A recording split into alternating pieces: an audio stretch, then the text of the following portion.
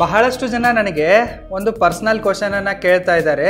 ನನಗೆ ಇಂಟ್ರೆಸ್ಟ್ ಇಲ್ಲ ಅಂತಂದರೂ ಕೂಡ ಅದಕ್ಕೆ ನಾನು ಹಾನೆಸ್ಟಾಗಿ ಉತ್ತರ ಕೊಡುವೆ. ಭಾಳಷ್ಟು ಜನ ಸರ್ ನೀವ್ಯಾಕೆ ಮದುವೆ ಆಗಿಲ್ಲ, ಮದುವೆ ಆಗ್ತಾ ಇಲ್ಲ, ಏನು ಪ್ರಾಬ್ಲಮ್ ಇದೆ, ಯಾವಾಗ ಮದುವೆ ಆಗ್ತೀರಾ ಅಂತೆಲ್ಲ ಸಾವಿರಾರು ಕಮೆಂಟ್ಗಳನ್ನು ಮಾಡಿದ್ದಾರೆ. ಸೊ ಅವರು ನನ್ನ ವಿಡಿಯೋಗಳನ್ನು ನೋಡ್ತಾ ಇದ್ದಾರೆ, ಸಬ್ಸ್ಕ್ರೈಬ್ ಮಾಡಿದ್ದಾರೆ, ಸಪೋರ್ಟ್ ಮಾಡ್ತಾ ಇದ್ದಾರೆ ಅಂತಂದರೆ ಅವರಿಗೆ ನಾನು ಉತ್ತರ ಕೊಡಲೇಬೇಕು ಅಂತ ಅನ್ನಿಸ್ತು. ಅದಕ್ಕಾಗಿ ಈ ಉತ್ತರವನ್ನು ಕೊಡ್ತಾ ಇರುವೆ. ನನಗೆ ಯಾಕೆ ಮದುವೆ ಆಗಬಾರ್ದು ಅಂತ ಅನ್ನಿಸ್ತಾ ಇದೆ ಅನ್ನೋದಕ್ಕೆ ಪ್ರಾಪರ್ ಆಗಿರುವ ಕಾರಣಗಳು ಇಂತಿವೆ. ರೀಸನ್ ನಂಬರ್ 1, ನನಗೆ ಹುಡುಗಿಯರ ಮೇಲಿನ ವ್ಯಾಮೋಹ ಬಂದೇ ಇಲ್ಲ, ಆದರೂ ಕೂಡ ಹೊರಟೋಗ್ಬಿಟ್ಟಿದೆ. ಸೊ ನಾನು ಕಾಲೇಜ್ನಲ್ಲಿರುವಾಗ ನಾನಾಯಿತು, ನನ್ನ ಕೆಲಸ ಆಯಿತು, ನನ್ನ ಸ್ಟಡೀಸ್ ಆಯಿತು, ಸ್ಕಿಲ್ ಡೆವಲಪ್ಮೆಂಟ್ ಆಯಿತು, ಲೈಫಲ್ಲಿ ಚೆನ್ನಾಗಿ ಸೆಟ್ಲ್ ಆಗಬೇಕು, ಸ್ಕಿಲ್ ಡೆವಲಪ್ ಮಾಡ್ಕೋಬೇಕು, ಬಿಸ್ನೆಸ್ ಮಾಡಬೇಕು, ಸ್ಟಾರ್ಟಪ್ ಮಾಡಬೇಕು, ಇವೇ ಯೋಚನೆಗಳು. ಸೊ ನನ್ನ ಕನಸಲ್ಲಿ ಬರ್ತಾ ಇರೋದು ಇದೊಂದೇ. ಕಾರ್ಗಳೇ ಜಾಸ್ತಿ ಬರ್ತಾಯಿದ್ವು. ನಾನು ಕಾರ್ ಲವರ್ ಆಗಿರುವೆ, ವೆಹಿಕಲ್ ಲವರ್ ಆಗಿರುವೆ. ಸೊ ನನಗೆ ಅವುಗಳ ಮೇಲೇ ಜಾಸ್ತಿ ಕ್ರೇಜ್ ಇದೆ, ಲವ್ ಇದೆ. ಸೊ ನನಗೆ ಯಾವತ್ತೂ ಕೂಡ ಹುಡುಗಿಯರು ಬ್ಯೂಟಿಫುಲ್ಲಾಗಿ ಕಾಣಿಸೇ ಇಲ್ಲ. ನನ್ನ ಕಣ್ಣಿಗೆ ಬ್ಯೂಟಿಫುಲ್ಲಾಗಿ ಸೆಕ್ಸಿಯಾಗಿ ಕಾಣಿಸೋದು ಯಾವುದಪ್ಪ ಅಂತಂದರೆ ಬೈಕು, ಕಾರ್ಗಳೇ. ಸೊ ಅದರ ಮೇಲೇ ನನಗೆ ಜಾಸ್ತಿ ಒಂದು ಫೀಲ್ ಇತ್ತು. ಸೊ ಇದರಲ್ಲಿ ನಾನು ಹುಡುಗಿಯರ ವಿಚಾರದಲ್ಲಿ ಅಷ್ಟೇನು ಗಮನ ಕೊಡೋಕ್ಕೆ ಹೋಗಿಲ್ಲ. ಸೊ ಒಬ್ಬಳು ಬೆಸ್ಟ್ ಫ್ರೆಂಡ್ ಇದ್ಲು. ಸೊ ಮುಂದೆ ಅವಳೇ ಲವರ್ ಆದಳು. ಅದೊಂದು 19 ವರ್ಷದ ಸ್ನೇಹ ಪ್ರೀತಿ ಸೇರಿಸ್ಬಿಟ್ಟು ಒಂದು ಬಾಂಡಿಂಗ್ ಇತ್ತು. ಯಾವಾಗ ಆ ಬಾಂಡು ಬ್ರೇಕ್ ಆಯಿತು, ಸೊ ಆವಾಗ ನನಗೆ ಹುಡುಗಿಯರ ಮೇಲಿನ ವ್ಯಾಮೋಹವೇ ಹೋಗಿಬಿಟ್ಟಿದೆ. ಇನ್ ಶಾರ್ಟ್ ಆಗಿ ಹೇಳಬೇಕಪ್ಪ ಅಂತಂದರೆ ಮಹಿಳೆಯರ ಮೇಲೆ ನಂಬಿಕೆನೇ ಉಳಿದಿಲ್ಲ. ಬರೀ ಮಹಿಳೆಯರ ಮೇಲಷ್ಟೇ ಅಲ್ಲ, ಮನುಷ್ಯರ ಮೇಲಿಂದನೇ ನನಗೆ ನಂಬಿಕೆ ಹೋಗಿಬಿಟ್ಟಿದೆ. ಈ ಮನುಷ್ಯ ಪ್ರಾಣಿಗಳು ಯಾಕೆ ಹಿಂಗೆ ವರ್ತನೆ ಮಾಡ್ತವೆ, ಯಾಕೆ ನಂಬಿಕೆ ದ್ರೋಹ ಮಾಡ್ತವೆ ಅನ್ನೋದಕ್ಕೆ ಕಾರಣ ಹುಡುಕ್ತಾ ನಾನು ಸಾವಿರಾರು ಫಿಲಾಸಫಿಗಳನ್ನು, ಸೈಕಾಲಜಿ ಬುಕ್ಸ್ಗಳನ್ನು, ಫಿಲಾಸಫರ್ಗಳನ್ನು, ಸೈಕಾಲಜಿಸ್ಟ್ಗಳನ್ನು ಎಲ್ಲವನ್ನ ಕೂಡ ಸ್ಟಡಿ ಮಾಡಿರುವೆ. ಎಲ್ಲ ಸ್ಟಡಿ ಮಾಡಿದರೂ ಕೂಡ ಉತ್ತರ ಸಿಕ್ಕಿಲ್ಲ. ಲಾಸ್ಟಿಗೆ ಒಂದೇ ಒಂದು ಕನ್ಕ್ಲೂಷನ್ ಬಂದಿರೋದೇನಪ್ಪ ಅಂತಂದರೆ ಇದು ವರ್ತಿಟ್ಟಿಲ್ಲ, ಡೋಂಟ್ ಟ್ರಸ್ಟ್ ಎನಿವನ್ ಅನ್ನೋ ಉತ್ತರನೇ ಬಂದಿದೆ. ಸೊ ಹೀಗಾಗಿ ಸದ್ಯಕ್ಕೆ ಹುಡುಗಿಯರ ಮೇಲೆ ವ್ಯಾಮೋಹವೂ ಇಲ್ಲ. ಮುಂಚೆನೂ ಇರಲಿಲ್ಲ, ಈಗಲೂ ಕೂಡ ಇಲ್ಲ. ಮುಂಚೆ ಬೆಸ್ಟ್ ಫ್ರೆಂಡ್ ಆಗಿರುವವಳು ಲವರ್ ಆಗಿಬಿಟ್ಟು ಲವರಿಂದ ವೈಫ್ ಆಗ್ತೀನಿ ಅಂತ ಹೇಳಿದಾಗ ಸ್ವಲ್ಪ ಈ ಮದುವೆ, ಹೆಣ್ಮಕ್ಳು, ಮಕ್ಕಳು ಅನ್ನೋದರ ಮೇಲೆ ಸ್ವಲ್ಪ ವ್ಯಾಮೋಹ, ಆಸೆ, ಕನಸುಗಳು ಬಂದಿದ್ವು. ಬಟ್ ಈಗ ಅವೆಲ್ಲವೂ ಕೂಡ ಸತ್ತೋಗ್ಬಿಟ್ಟಿವೆ, ಆ ಭಾವನೆಗಳು ಉಳಿದಿಲ್ಲ. ಅದಕ್ಕಾಗಿ ಮದುವೆ ಆಗೋ ಅವಶ್ಯಕತೆ ಏನಿದೆ ಅಂತ ಅನಿಸುತ್ತೆ. ಸೊ ನಮಗದರಲ್ಲಿ ಇಂಟ್ರೆಸ್ಟೇ ಇಲ್ಲ, ಒಂದು ಟ್ರಸ್ಟ್ ಇಲ್ಲ, ನಂಬಿಕೆನೇ ಉಳಿದಿಲ್ಲ ಅಂತಂದರೆ ಯಾಕೆ ಆಗಬೇಕು ಅಂಥೇಳಿ ಅನಿಸುತ್ತೆ. ಬಟ್ ರಿಯಾಲಿಟಿಯಲ್ಲಿ ನೋಡೋಕೆ ಹೋದರೂ ಕೂಡ ಮದುವೆಯ ಅವಶ್ಯಕತೆಯೇ ನನಗಿಲ್ಲ. ನನಗಂತೂ ಅಡುಗೆ ಮಾಡ್ಕೊಳಕ್ಕೆ ಬರುತ್ತೆ, ಬಟ್ಟೆ ಒಗೆದುಕೊಳ್ಳೋಕೆ ಬರುತ್ತೆ, ಮನೆ ಅಂತೂ ಇದೆ, ಎಲ್ಲವನ್ನ ಕೂಡ ಕ್ಲೀನಾಗಿ ಇಟ್ಕೊಳ್ಳೋಕ್ಕೂ ಬರುತ್ತೆ. ಸೊ ಹೆಣ್ಣಿಲ್ಲ ಅಂತಂದರೂ ಕೂಡ ನನ್ನ ಜೀವನ ಸಾಗ್ತಾ ಇದೆ. ಸೊ ನನ್ನ ಬಿಸ್ನೆಸ್ಸು, ಸ್ಟಾರ್ಟಪ್ಗಳು ಕೂಡ ಸಕ್ಸಸ್ಫುಲ್ಲಾಗಿ ಸಾಗ್ತಾ ಇದ್ದಾವೆ, ಕ್ರೋರ್ನಲ್ಲಿ ಟ್ರಾನ್ಸಾಕ್ಷನ್ಗಳಾಗ್ತಾ ಇವೆ. ಸೊ ಹೀಗಿರುವಾಗ ಬೇರೆಯವರಿಂದ ನನಗೇನು ವ್ಯಾಲಿಡೇಷನು ಬೇಕಾಗಿಲ್ಲ, ಬೇರೆಯವರಿಂದ ಏನು ಪರ್ಸ್ನಲ್ ಸಪೋರ್ಟು, ಮೋಟಿವೇಶನ್ ಕೂಡ ಈಗ ಬೇಕಾಗಿಲ್ಲ. ಸೊ ನನಗೆ ಗೈಡ್ ಮಾಡೋಕ್ಕೆ ಮೆಂಟ್ರ್ಗಳಿದ್ದಾರೆ, ವರ್ಕ್ ಮಾಡೋಕ್ಕೆ ಟೀಮ್ ಮೆಂಬರ್ಸ್ಗಳಿದ್ದಾರೆ, ಸಜೆಷನ್ಗಳನ್ನು ಕೊಡೋಕ್ಕೆ ಅಡ್ವೊಕೇಟ್ಸ್ಗಳಿದ್ದಾರೆ, ಫ್ರೆಂಡ್ಸ್ಗಳು ಕೂಡ ಇದ್ದಾರೆ. ಹೀಗಿರುವಾಗ ಈ ಮದುವೆಯ ಅವಶ್ಯಕತೆ ಏನಿದೆ ಅಂತ ಅನಿಸುತ್ತೆ. ರೀಸನ್ ನಂಬರ್ 2, ಈ ಮದುವೆ ಅನ್ನೋದು ಗಂಡು ಮಕ್ಕಳ ಜೀವನದಲ್ಲಿನ ಅತಿ ದೊಡ್ಡ ರಿಸ್ಕ್ ಆಗಿದೆ. ಯಾಕಪ್ಪ ಅಂತಂದರೆ ಹೆಣ್ಮಕ್ಕಳ ರಕ್ಷಣೆಗಾಗಿ ಕಾಯ್ದೆ ಕಾನೂನುಗಳಿವೆ, ಅವರಿಗೆ ಸಪೋರ್ಟ್ ಮಾಡೋಕ್ಕೆ ಸಿಂಪ್ಗಳಿದ್ದಾರೆ, ಮಹಿಳಾ ಆಯೋಗ ಇದೆ, ಮತ್ತು ನಾಯಿಗಳ ಥರ ಬೆನ್ನಟ್ಟಿ ನೆಕ್ತಾ ಹೋಗುವ ಒಂದು ದೊಡ್ಡ ವರ್ಗವೇ ಇದೆ, ಸಿಂಪ್ಗಳ, ನೈಸ್ ಬಾಯ್ಗಳ ಗ್ಯಾಂಗೇ ಇದೆ. ಆದರೆ ಗಂಡು ಮಕ್ಕಳ ರಕ್ಷಣೆಗೆ ಯಾರೂ ಇಲ್ಲ. ಸೊ ಏನೇ ಆದರೂ ಕೂಡ ನಾವೇ ಅನುಭವಿಸಬೇಕು. ಸೊ ನಮ್ಮ ಕಾನೂನಿನಲ್ಲಿ, ನಮ್ಮ ಸಮಾಜದಲ್ಲಿ ಗಂಡು ಮಕ್ಕಳು ಹತ್ರ ದುರ್ಬಲನಂತಾರೆ, ದುಡ್ಡು ಮಾಡಲಿಲ್ಲಪ್ಪ ಅಂತಂದರೆ ಅವನು ಲೂಸರ್ ಅಂತಾರೆ, ಸಿಕ್ಕಾಪಟ್ಟೆ ದುಡ್ಡು ಮಾಡಿಬಿಟ್ರೆ ಅಹಂಕಾರಿ ಅಂತಾರೆ, ಸಕ್ಸಸ್ಫುಲ್ ಆದರೂ ಕೂಡ ಅಹಂಕಾರಿ ಅಂತಾರೆ. ಎಲ್ಲದಕ್ಕೂ ಕೂಡ ಜಜ್ಮೆಂಟ್ಸ್ಗಳಿವೆ. ಆದರೆ ನಮ್ಮ ಪ್ರೊಟೆಕ್ಷನ್ಗೆ ಯಾವುದೇ ಕಾಯ್ದೆ ಕಾನೂನುಗಳಿಲ್ಲ. ಸೊ ನಮ್ಮನ್ನು ಮದುವೆಯಾಗುವ ಹುಡುಗಿ ಮುಂಚೆ ಏನೇನೆಲ್ಲ ಮಾಡಿ ಬಂದಿರ್ತಾಳೆ ಅನ್ನೋದಕ್ಕೂ ಕೂಡ ನಮಗೇನು ಕ್ಲಾರಿಟಿ ಇರಲ್ಲ. ಆದರೂ ಕೂಡ ನಾವು ಒಂದು ಬ್ಲೈಂಡ್ ಟ್ರಸ್ಟ್ ಮಾಡಿ ಮದುವೆ ಆಗ್ತೀವಿ. ಮದುವೆ ಆದ ನಂತರ ಅವಳ ಮೇಲೆ ನಾವು ಏನೂ ಹಲ್ಲೆ ಮಾಡಲಿಲ್ಲ ಅಂತಂದರೂ ಕೂಡ, ಅವಳು ಏನೇ ಅನ್ಯಾಯ ಮಾಡಿದರೂ ಕೂಡ ನಮಗೇನು ಪ್ರೊಟೆಕ್ಷನ್ ಇಲ್ಲ. ಸೊ ಅವಳು ನಮ್ಮ ಜೊತೆಗೆ ಮದುವೆ ಆಗೋಕ್ಕೆ ಇಷ್ಟ ಇಲ್ಲ ಅಂತೇಳಿ ಹೋಗ್ತೀನಿ ಅಂತಂದರೆ ನಾವು ಡೈವರ್ಸ್ ಕೊಡೋಕ್ಕೆ ರೆಡಿ ಇರ್ತೀವಿ. ಬಟ್ ಅವಳು ಸುಮ್ಮನೆ ಹೋಗಲ್ಲ, ದೋಚ್ಕೊಂಡು ಹೋಗ್ತಾಳೆ. ಸೊ ನಾವು ಅವಳು ಕೇಳಿದ್ದಕ್ಕೆಲ್ಲ ಕೊಡಲ್ಲ ಅಂತಂದ್ಬಿಟ್ರೆ ಫೇಕ್ ಕೇಸ್ಗಳನ್ನು ಹಾಕ್ತಾಳೆ. ಫೇಕ್ ಡೌರಿ ಕೇಸ್ ಬರುತ್ತೆ, ಫೇಕ್ ರೇಪ್ ಕೇಸ್ಗಳು ಬರ್ತವೆ, ದೌರ್ಜನ್ಯ ಕೇಸ್ಗಳು ಬರ್ತವೆ, ಏನೇನೆಲ್ಲ ಸಿಕ್ಕಾಪಟ್ಟೆ ಕೇಸ್ಗಳಿವೆ, ಸಿಕ್ಕಾಪಟ್ಟೆ ಕಾಯ್ದೆ ಕಾನೂನುಗಳಿವೆ. ಸೊ ಇದರಲ್ಲಿ ಎಲ್ಲವೂ ಕೂಡ ಹೆಣ್ಮಕ್ಕಳ ಪರವಾಗಿ ಇದೆ, ಗಂಡು ಮಕ್ಕಳ ಸೇಫ್ಟಿಗಂತೂ ಏನೂ ಇಲ್ಲವೇ ಇಲ್ಲ. ಸೊ ಮದುವೆ ವಿಚಾರ ಬಂದಾಗ ನಮಗಂತೂ ಭಯ ಆಗೋಕ್ಕೆ ಸ್ಟಾರ್ಟ್ ಆಗಿಬಿಡುತ್ತೆ. ಸೊ ಎಂಥವಳು ಬಂದುಬಿಟ್ಟು ನಮಗೆ ತಗಲಾಕೊಂಡ್ರೆ ಏನು ಮಾಡೋದು ಅಂಥೇಳಿ ಅನಿಸ್ಬಿಡುತ್ತೆ. ಸೊ ಮ್ಯಾರೇಜ್ ಒಂಥರ ಸೆಲ್ಫ್ ಮಾಡ್ರೋ ಥರ ಫೀಲ್ ಆಗೋಕ್ಕೆ ಸ್ಟಾರ್ಟ್ ಆಗಿಬಿಡುತ್ತೆ. ಅದಕ್ಕಾಗಿ ಮದುವೆ ಆಗಬಾರ್ದು ಅಂತ ನನಗೆ ಅನ್ನಿಸ್ತಾ ಇದೆ. ರೀಸನ್ ನಂಬರ್ 3, ನನಗೆ ಈ ಮದುವೆಯನ್ನು ಒಂದು ಬಿಸ್ನೆಸ್ ಥರ ಮಾಡಿಕೊಳ್ಳೋಕ್ಕೆ ಇಂಟ್ರೆಸ್ಟ್ ಇಲ್ಲ. ಸದ್ಯಕ್ಕೆ ಮದುವೆ ಒಂದು ಬ್ಯೂಟಿ ಪ್ರಾಪರ್ಟಿ ಬಿಸ್ನೆಸ್ ಆಗಿಬಿಟ್ಟಿದೆ. ಹುಡುಗ ಸಕ್ಸಸ್ಫುಲ್ ಆಗಿರಬೇಕು, ಶ್ರೀಮಂತನಾಗಿರಬೇಕು, ಹುಡುಗಿ ಸುಂದರವಾಗಿರಬೇಕು ಅನ್ನೋ ಒಂದು ಟ್ರೆಂಡ್ ಸೆಟ್ ಆಗಿಬಿಟ್ಟಿದೆ, ಒಂದು ಟ್ರೇಡ್ ಮಾರ್ಕ್ ಸೆಟ್ ಆಗಿಬಿಟ್ಟಿದೆ. ಹಿಂಗೆ ಮದುವೆ ಅಂತಂದರೆ ಇಂಥವ್ರದ್ದಷ್ಟೇ ಮದುವೆ ಆಗಬೇಕು, ಯಾರ ಹತ್ರ ದುಡ್ಡಿದೆ, ಅವಳು ಸುಂದರವಾಗಿದ್ದಾಳೆ, ಇವ್ರದ್ದಷ್ಟೇ ಮದುವೆ ಆಗಬೇಕು ಅನ್ನೋ ಒಂದು ಟ್ರೆಂಡ್ ಸೆಟ್ ಆಗಿಬಿಟ್ಟಿದೆ. ಸೊ ಹೆಣ್ಮಕ್ಕಳ ಡಿಮ್ಯಾಂಡ್ ಅಂತೂ ಗಗನಕ್ಕೆ ಏರ್ಬಿಟ್ಟಿವೆ. ಮಧ್ಯರಾತ್ರಿ ದುಡ್ಡಿಲ್ಲದೆ ಹೊಟ್ಟೆ ಪಾಡಿಗಾಗಿ ಮೈ ಮಾರಿಕೊಳ್ಳುವವರು ವೇಶ್ಯರಲ್ಲ. ಆದರೆ ಯಾರು ಹಾಡು ಹಗಲೇ ಎಲ್ರಿಗೂ ಗೊತ್ತಾಗುವಂತೆ ನನಗೆ ಅದೇ ಬೇಕು, ಇದೇ ಬೇಕು, ಅಂಥದ್ದೇ ಮನೆ ಬೇಕು, ಅಂಥದ್ದೇ ಒಂದು ಜಾಬ್ ಇರೋನು ಬೇಕು, ಅಷ್ಟೇ ಆಸ್ತಿ ಇರಬೇಕು, ಪ್ರಾಪರ್ಟಿ ಇರಬೇಕು, ಕೋಟ್ಯಾಂತರ ದುಡ್ಡು ಇರಬೇಕು, ಅಷ್ಟೆಲ್ಲ ಖರ್ಚು ಮಾಡಬೇಕು ಅಂತ ಎಲ್ಲ ಡಿಮ್ಯಾಂಡ್ ಇಟ್ಟು ಮದುವೆ ಆಗ್ತಾರಲ್ಲ, ಅವರು ನಿಜವಾದ ವೇಶ್ಯರು ಅನ್ನೋದು ನನ್ನ ಈಗ ಕಲ್ಪನೆಯಲ್ಲಿ ಬಂದುಬಿಟ್ಟಿದೆ. ಅದು ಸಮಾಜದಲ್ಲಿ ಬಹಳಷ್ಟು ಹುಡುಗರಿಗೆ ಇದೇ ಥರ ಅನ್ನಿಸ್ತಾ ಇದೆ. ವರದಕ್ಷಿಣೆಯನ್ನು ಕೇಳೋದು ತಪ್ಪಂತಂದರೆ ಸರ್ಕಾರಿ ನೌಕರಿ ಇರಬೇಕು, ಇಷ್ಟು ಕೋಟಿಯ ಮನೆ ಇರಬೇಕು, ಇಷ್ಟು ಕೋಟಿಯ ಕಾರ್ ಇರಬೇಕು, ಇಷ್ಟು ಕೋಟಿ ಸಂಪತ್ತಿರಬೇಕು, ಇಷ್ಟು ಎಕರೆ ಹೊಲ ಮನೆ ಎಲ್ಲ ಆಸ್ತಿ ಇರಬೇಕು ಅನ್ನೋದು ಕೂಡ ತಪ್ಪೇ ಆಗಿದೆ. ಇಷ್ಟೆಲ್ಲವನ್ನು ಇವ್ರು ಯಾಕೆ ಕೇಳ್ತಾ ಇರ್ತಾರೆ? ಮುಂದೆ ಡಿವೋರ್ಸ್ ಆದರೆ ದೋಚಕ್ಕೆ ಬೇಕಲ್ಲ, ತೊಗೊಂಡು ಹೋಗಕ್ಕೆ ಬೇಕಲ್ಲ. ಖಾಲಿ ಕೈ ಫಕೀರನನ್ನು ಮದುವೆ ಆದರೆ ಏನು ಸಿಗೋದಿದೆ? ಏನೂ ಸಿಗಲ್ಲ. ಎಲ್ಲ ಇರೋ ಬಕ್ರಾನನ್ನು ಮದುವೆ ಆದರೆ ಮುಂದೆ ನಾವು ಜಾಡಿಸೋದ್ರೆ ಡಿವೋರ್ಸ್ ತೊಗೊಂಡ್ರೆ ಇಷ್ಟೆಲ್ಲ ಆಸ್ತಿ ಬರುತ್ತಲ್ಲ ಕೆಲಸ ಮಾಡಿದೆ. ಸೊ ಈ ಥರನಾದ ಒಂದು ಬ್ಯೂಟಿ ಪ್ರಾಪರ್ಟಿ ಮ್ಯಾರೇಜ್ ಡಿವೋರ್ಸ್ನ ಒಂದು ಬಿಸ್ನೆಸ್ ನಡೀತಾ ಇದೆ. ಸೊ ಈ ಬಿಸ್ನೆಸ್ಸಲ್ಲಿ ಬಲಿಕಾ ಬಕ್ರ ಆಗೋಕ್ಕೆ ನನಗೆ ಇಷ್ಟ ಇಲ್ಲ. ಸೊ ಮದುವೆ ಅನ್ನೋದು ಹೆಂಗಿದೆ, 2 ಹೃದಯಗಳ ಮಿಲನವಾಗಿದೆ. ಫಸ್ಟು ಹೃದಯಗಳ ಮಿಲನ ಆಗಬೇಕು, ಅದಾದ ನಂತರ ದೇಹಗಳ ಮಿಲನ ಆಗಬೇಕು. ಸೊ ಅದಾದ ನಂತರ ಫ್ಯಾಮಿಲಿಗಳ ಮಿಲನವು ಕೂಡ ಸೈಡ್ ಬೈ ಆಗುತ್ತೆ. ಬಟ್ ಅವು ಕೂಡ ಇವತ್ತಿನದಲ್ಲಿ ಆಗ್ತಾ ಇಲ್ಲ. ನೀವು ಲವ್ ಮ್ಯಾರೇಜ್ ಆದರೆ ನೀವು ಬ್ಯೂಟಿ ಪ್ರಾಪರ್ಟಿ ನೋಡಿ ನಿಮ್ಮನ್ನು ನೀವು ಮಾರ್ಕೊತೀರ. ಅರೇಂಜ್ ಮ್ಯಾರೇಜ್ ಆದರೆ ಬ್ಯೂಟಿ ಪ್ರಾಪರ್ಟಿ ನೋಡಿ ನಿಮ್ಮ ಮನೆಯವರು ನಿಮ್ಮನ್ನು ಮಾರಿರ್ತಾರೆ. ಇಷ್ಟೇ ಈ ಮದುವೆ ಕಥೆ ಇದೆ. ಮ್ಯಾರೇಜ್ ಅನ್ನೋದೊಂದು ಬಿಸ್ನೆಸ್ ಆಗಿದೆ, ಮ್ಯಾರೇಜ್ ಅನ್ನೋದೊಂದು ಟ್ರ್ಯಾಪ್ ಆಗಿದೆ. ಸೊ ಇದಂತೂ ನನಗೆ ಚೆನ್ನಾಗಿ ಅರ್ಥ ಆಗಿಬಿಟ್ಟಿದೆ. ಸೊ ಅದಕ್ಕಾಗಿ ಮದುವೆ ಆಗೋದು ದೊಡ್ಡ ರಿಸ್ಕ್ ಇದೆ, ಬೇಡ ಅಂಥೇಳಿ ಒಳ ಮನಸ್ಸು ತಡೀತಾ ಇದೆ. ರೀಸನ್ ನಂಬರ್ 4, ನೀನು ಮದುವೆ ಆಗಲೇಬೇಕು ಅನ್ನೋ ಪ್ರೆಷರ್ ಅಂತೂ ನನ್ನ ಮೇಲೇನಿಲ್ಲ. ನಾನು ನನ್ನಷ್ಟಕ್ಕೆ ಖುಷಿಯಾಗಿರುವೆ, ಹ್ಯಾಪಿಯಾಗಿರುವೆ, ಸಕ್ಸಸ್ಫುಲ್ ಆಗಿರುವೆ, ನನ್ನ ಎಲ್ಲ ಕೆಲಸಗಳು ಕೂಡ ನಡೀತಾ ಇವೆ. ಸೊ ನನ್ನ ಫ್ಯಾಮಿಲಿಯ ಜೊತೆಗೆ ನನ್ನ ಸಂಬಂಧ ಅಷ್ಟಕ್ಕಷ್ಟೇ ಇದೆ. ದೊಡ್ಡ ಫ್ಯಾಮಿಲಿ ಇದ್ದರೂ ಕೂಡ ನನ್ನ ಪಾಲಿಗಂಥದ್ದು ಯೂಸ್ಲೆಸ್ ಫ್ಯಾಮಿಲಿನೇ ಇದೆ. ಸೊ ಅವರ ಪಾಲಿಗೆ ನಾನು ಕೂಡ ಯೂಸ್ಲೆಸ್ ಆಗಿರುವೆ. ಸೊ ಅತ್ತ ಕಡೆಯಿಂದ ಅವರೇನು ಹುಡುಗಿಯನ್ನು ನೋಡಿಬಿಟ್ಟು ಹುಡುಕಾಡಿ ನೀನು ಮದುವೆ ಆಗು, ಹುಡುಗಿ ನೋಡು ಅನ್ನೋ ಏನು ಪ್ರೆಷರ್ ಇಲ್ಲ, ಪ್ರಾಬ್ಲಮ್ಮು ಏನಿಲ್ಲ. ಸೊ ಟೆನ್ಷನ್ನೇ ಇಲ್ಲ. ಸೊ ನಮ್ಮ ಅಕ್ಕನ ಕಡೆಯಿಂದ ಸ್ವಲ್ಪ ಅಂತೂ ಪ್ರೆಷರ್ ಅಂತೂ ಇದೆ. ಸೊ ಮದುವೆ ಆಗಲೇಬೇಕು ನೀನು, ನಾನು ಹುಡುಗಿ ನೋಡಿದ್ದೀನಿ ಅನ್ನೋದಿದೆ. ಬಟ್ ನಮ್ಮ ಅಕ್ಕನನ್ನು ಹ್ಯಾಂಡಲ್ ಮಾಡೋದು ಈಸಿ ಇದೆ, ಯಾಕಂದರೆ ಏಜ್ ಡಿಫ್ರೆನ್ಸ್ ಜಾಸ್ತಿ ಇಲ್ಲ. ಸೊ ಅವಳು ಕೂಡ ಬಿಸ್ನೆಸ್ ಮ್ಯಾನ್ ಆಗಿರೋದ್ರಿಂದ, ಬಿಸ್ನೆಸ್ ಪಾರ್ಟ್ನರ್ ಆಗಿರೋದ್ರಿಂದ I can easily handle Har. Marriage pressure ಅಂತೂ ನನ್ನ ಮೇಲಿಲ್ಲ. ಸೊ ನನಗಾಗಿ ಹುಡುಗಿ ನೋಡೋಷ್ಟು ಟೈಮು ಯಾರಿಗಿಲ್ಲ, ಪುರ್ಸೊತ್ತು ಯಾರಿಲ್ಲ, ಯಾರೂ ನೋಡೋದು ಇಲ್ಲ. ಇನ್ನು ನಾನು ನಮ್ಮ ಅಕ್ಕ ಹೇಳಿದಾಳೆ ಅಂತ ಹೇಳಿಬಿಟ್ಟು ಕೇಳಿದ್ದೆ, ಆಯಿತು ನೀನು ಹುಡುಕು ಅಂತ ಹೇಳಿಬಿಟ್ಟು. ನಮ್ಮ ಅಕ್ಕ ನನ್ನ ಬಯೋಡಾಟಾವನ್ನು ಪ್ರಿಪೇರ್ ಮಾಡಿಬಿಟ್ಟು ಅದನ್ನು ಅವಳಿಗೆ ಗೊತ್ತಿರುವ ಒಂದು ಲಿಂಗಾಯತ್ ಮ್ಯಾಟ್ರಿಮೋನಿಯಲ್ ಸೈಟಲ್ಲಿ, ಬ್ರಾಹ್ಮಣ್ ಮ್ಯಾಟ್ರಿಮೋನಿಯಲ್ ಸೈಟಲ್ಲಿ ಹಾಕಿದ್ಲು. ಸೊ ಅಲ್ಲಿಂದ ನನಗೆ 19 ಮ್ಯಾಚ್ಗಳು ಬಂದಿದ್ವು, 19 ಕಾಲ್ಗಳು ಬಂದಿದ್ವು. ಅದರಲ್ಲಿ 13 ಕಾಲ್ಗಳನ್ನು ನಾನು ಸ್ವತಃ ಹ್ಯಾಂಡಲ್ ಮಾಡಿದ್ದೆ. ಸೊ ಅದರಲ್ಲಿ ಮಾತಾಡಿರುವ ಹುಡುಗಿಯರು ಕೆಲವೊಂದಿಷ್ಟು ಜನ ಇಂಜಿನಿಯರ್ ಆಗಿದ್ದರೆ, ಮಿಕ್ಕವರೆಲ್ಲ ಡಾಕ್ಟರ್ಗಳೇ ಇದ್ದರು. ನನ್ನ ಹೆಲ್ತ್ ಟೆಕ್ಕು, ನನ್ನ ಸ್ಟಾರ್ಟಪ್ಗೆ ಇಂಥವರೇ ಬೇಕು ಅಂತೇಳಿ ನಮ್ಮ ಅಕ್ಕ ಅಲ್ಲಿ ಹಾಕಿರೋದ್ರಿಂದ ಅಂಥವೇ ಬಂದಿರೋದು.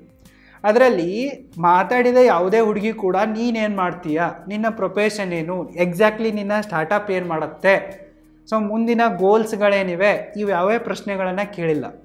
ಎಲ್ಲ ಹುಡುಗಿರ ಡೌಟ್ಗಳೇನಪ್ಪ ಅಂತಂದರೆ, ನಿಮ್ಮ ಬಯೋಡಾಟಾದಲ್ಲಿ ಪ್ರಾಪರ್ಟಿ ಡೀಟೇಲ್ಸೇ ಹಾಕಿಲ್ಲ, ಎಷ್ಟು ಬ್ಯಾಂಕ್ ಬ್ಯಾಲೆನ್ಸ್ ಇದೆ, ಎಷ್ಟು ಎಕರೆ ಜಮೀನಿದೆ, ಸ್ವಂತ ಮನೆ ಇದೆನಾ ಇಲ್ವಾ ಅನ್ನೋದ್ರೆ ಡೀಟೇಲ್ಸ್ ಯಾಕೆ ಹಾಕಿಲ್ಲ ಅನ್ನೋದೇ ಕ್ವಶನ್ಗಳಿದ್ವು.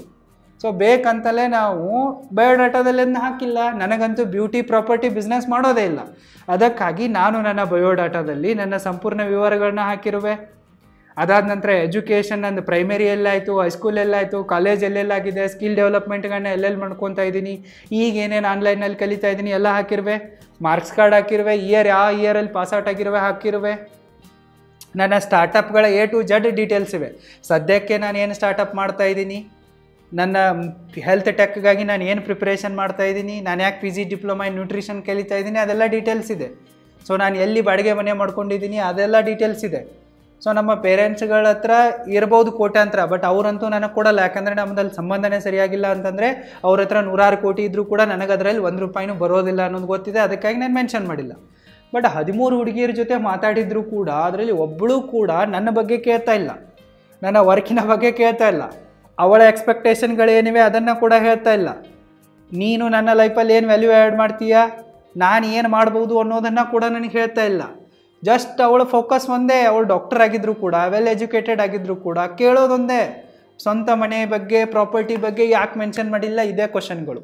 ಸೊ ನನಗೆ ಗೊತ್ತಾಗ್ಬಿಟ್ಟಿದೆ. ನಾವು ನಿಮ್ಮ ಫ್ರೆಂಡ್ ಸರ್ಕಲಲ್ಲಿ ವಿಚಾರಿಸಿದ್ವಿ. ಸೊ ನೀವು ಅಲ್ಲಿ ಹಾಕಿದ್ರಲ್ಲ ಈ ಕಾಲೇಜಿಂದ ಪಾಸ್ಔಟ್ ಆಗಿದ್ದೀರಾ ಅಂಥೇಳಿ, ನಿಮ್ಮ ಟೀಚರ್ಸು ಕ್ಲಾಸ್ಮೇಟ್ಗಳ ಲಿಂಕ್ ಸಿಕ್ತು. ಅವ್ರು ಹೇಳಿದ್ರು ಎಲ್ಲ ಇದೆ, ಬಟ್ ಹಾಕಿಲ್ಲ, ಟೆಸ್ಟ್ ಮಾಡ್ತಾ ಇರ್ಬೋದು ಅಂಥೇಳಿ. ಯಾಕೆ ಹಾಕಿಲ್ಲ ಅಂತಂದರೆ ಈ ಥರನಾದ ಕ್ವಶನ್ಗಳನ್ನು ನೋಡಿ ನನ್ನ ತಲೆ ಅಂತೂ ಕೆಟ್ಟೋಗ್ಬಿಡ್ತು. ನಾನು ಏನು ಬ್ಯೂಟಿ ಪ್ರಾಪರ್ಟಿ ಬಿಸ್ನೆಸ್ ನಡೀತಾ ಇದೆ ಅಂತ ಅಂದ್ಕೊಂಡಿದ್ನಲ್ಲ, ಹೇಳ್ತಾ ಇದ್ನಲ್ಲ, ಅದೇ ನನ್ನೊಂದಿಗೆ ಆಗೋಕ್ಕೆ ಸ್ಟಾರ್ಟ್ ಆಗಿಬಿಡ್ತು.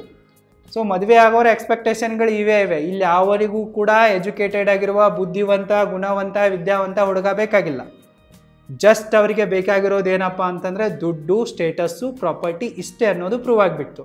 ಇನ್ನು ನಮ್ಮ ಅಕ್ಕ ಮಿಕ್ಕವ್ರ ಜೊತೆಗೆ ಮಾತಾಡಿದ್ಲಲ್ಲ, ಅವ್ರದ್ದು ಕೂಡ ಅದೇ ಹಣೆ ಬರ. ಅದಕ್ಕಾಗಿ ನಮ್ಮ ಅಕ್ಕ ಎಲ್ಲೆಲ್ಲಿ ಅಪ್ಲೋಡ್ ಮಾಡಿದ್ಲಲ್ಲ 2-3 ಕಡೆ ಬಯೋಡಾಟಾವನ್ನು ಡಿಲೀಟ್ ಮಾಡಿಬಿಟ್ಲು. ಸೊ ನಾನು ಮುಂಚೆಯೇ ಮ್ಯಾಟ್ರಿಮೋನಿಯಲ್ ಸೈಟ್ ಜೊತೆಗೆ ವರ್ಕ್ ಮಾಡ್ತಾ ಇರೋದ್ರಿಂದ ಅವಳಿಗೆ ಹೇಳಿದ್ದೆ ದಿಸ್ ಈಸ್ ಬಿಸ್ನೆಸ್, ಹಾಕ್ಬೇಡ ಅಂಥೇಳಿ. ಅವಳಿಗೆ ಒಂದು ಕುರುಡ ನಂಬಿಕೆ ಇತ್ತು, ಎಲ್ಲ ಹುಡುಗಿಯರು ಇದೇ ಥರ ಇರಲ್ಲ, ಸಮಾಜದಲ್ಲಿ ಎಲ್ಲರೂ ಹೀಗೆ ಇರಲ್ಲ ಅಂಥೇಳಿ. ಆಕೆಗೆ ಯಾವಾಗ ಪ್ರಾಕ್ಟಿಕಲ್ಲಾಗಿ ಡೆಮೋ ಸಿಕ್ತಲ್ಲ ಆವಾಗ ಅವಳು ನಂಬಿದ್ದಾಳೆ. ಈಗಂತೂ ಹುಡ್ಕೋದನ್ನೇ ಬಿಟ್ಬಿಟ್ಟಿದ್ದಾಳೆ. ಸೊ ಇದು ನನ್ನ ಪಾಲಿಗೆ ದೊಡ್ಡ ವಿಚಾರವಾಗಿದೆ, ಖುಷಿಯ ವಿಚಾರವಾಗಿದೆ, ಟೆನ್ಷನ್ನೇ ಇಲ್ಲ. ಮ್ಯಾಟ್ರಿಮೋನಿಯಲ್ ಸೈಟ್ಸಿಂದ ಅಂತೂ ಹುಡುಗಿಯರನ್ನು ಹುಡ್ಕೋದು ದೊಡ್ಡ ಸ್ಟುಪಿಡಿಟಿ ಆಗಿದೆ, ಅದನ್ನಂತೂ ನಾವು ಈಗ ಮಾಡಲ್ಲ. ಸೊ ಇನ್ನು ನಮ್ಮ ರಿಲೇಟಿವ್ಸ್ಗಳಲ್ಲಿ, ಫ್ರೆಂಡ್ ಸರ್ಕಲ್ನಲ್ಲಿ, ಮನೆಯವರ ಕಡೆಯಿಂದನೂ ಅಂತೂ ಯಾರೂ ಹುಡುಕಲ್ಲ, ಯಾರೂ ಇಲ್ಲ. ಒಳಗೂ ಯಾರೂ ಇಲ್ಲ, ಹೊರಗೂ ಯಾರೂ ಇಲ್ಲ, ನಾವು ಹುಡುಕೋದು ಇಲ್ಲ ಅಂತಂದರೆ ಆಗೋದು ಇಲ್ಲ. ರೀಸನ್ ನಂಬರ್ 5 ಆ್ಯಂಡ್ ಲಾಸ್ಟ್, ಇದು ದೊಡ್ಡ ರೀಸನ್ ಆಗಿದೆ.